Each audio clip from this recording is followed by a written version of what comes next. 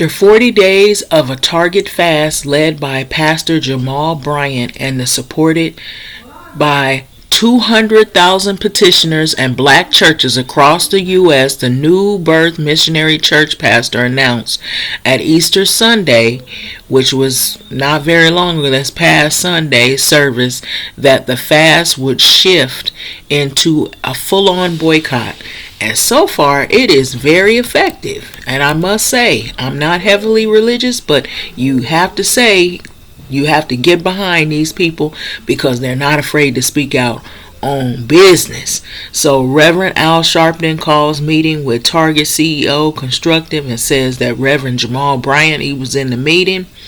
And then the pastor leading the Target DEI boycott calls MAGA Trump roaches in an Eastern sermon.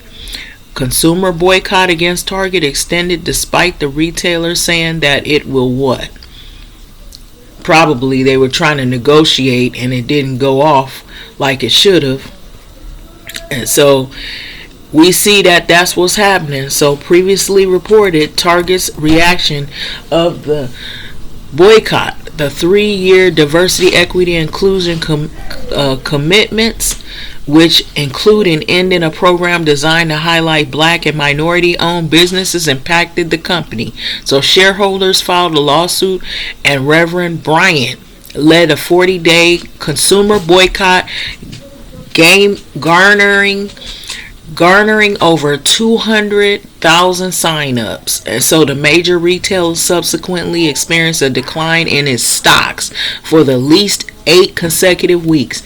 You know why it's effective? Because guess who's the biggest consumers of all these stores? Black folks. Our black dollars is what's been funding you.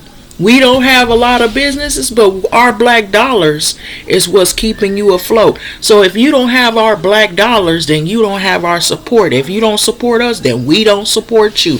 So you got to get behind this because it makes sense. It makes sense. So I just wanted to put that out there, that anybody that's got the guts to stand up to Trump's DEI and trying to get rid of it, they need to be boycotted. And so I'm behind it 100% because that's what they needed. And we should have been doing that long before the get-go, because they like to take our money, but they don't want to hire us. They don't want to treat us well. They want to jail us. They want to say all this stuff about us stealing. We come in the store and spend the money day in and day out and week in and week out. I'm behind it. Go ahead, boycott them. They deserve it. And that's what we should be doing. We should be boycotting these stores, because anytime they put in for whites only signs, I've been hearing that popping up, seeing that on videos.